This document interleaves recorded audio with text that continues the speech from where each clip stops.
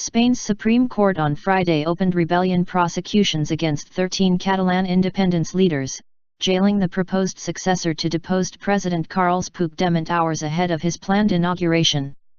Judge Pablo Lorena charged Mr. Puigdemont and other separatist politicians with crimes that could see them sent to prison for up to 30 years over their role in October's banned referendum and declaration of independence. Jordi Turul, the latest presidential candidate, was last night ordered into preventative prison along with 4 others, a move that will frustrate secessionists' efforts to have him inaugurated in a session scheduled for Saturday morning. Supreme Court Judge Pablo Lorena also issued international arrest warrants against Catalonia's former president Carles Puigdemont and 4 others involved in the region's independence movement who are now in self-imposed exile in Belgium. An international warrant was also issued for a 6th Catalan separatist Marta Rovira who failed to appear in court on Friday and is now in non-EU Switzerland, according to Spanish media. Mr. Turul is pro-independence party's Plan C to form an autonomous government and lift direct rule, after previous presidential candidates including Mr. Puigdemont were blocked by the courts. On Thursday, Mr. Turul lost a first round of voting after the abstention of hardline secessionist party the CUP, forcing today's second round at which he must be present. In response, thousands of pro-independence supporters took to the streets across Catalonia.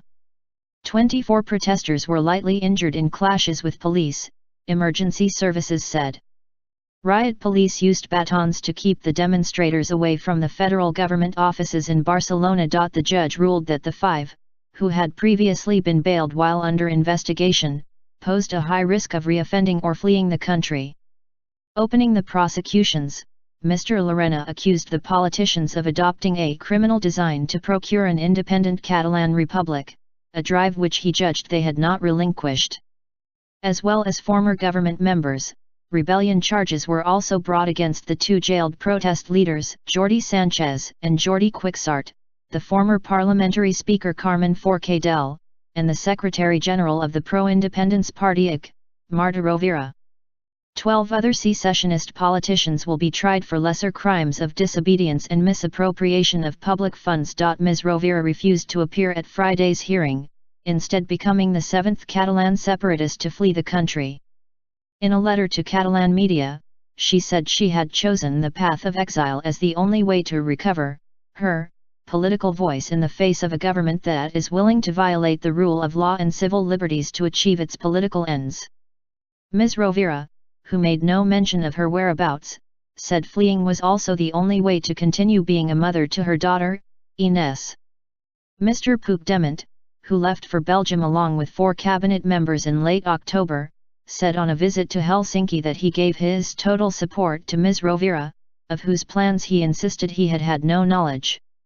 She has a right to defend herself in a setting where rights are respected, he added. Carlos Carrizosa, the Catalan parliamentary spokesman for the Unionist party Ciudadanos, said that with the failure to approve Mr. Turul as president on Thursday, it was clear the independence process was finished. Ms. Rovira's flight, he added, showed it was now every man for himself.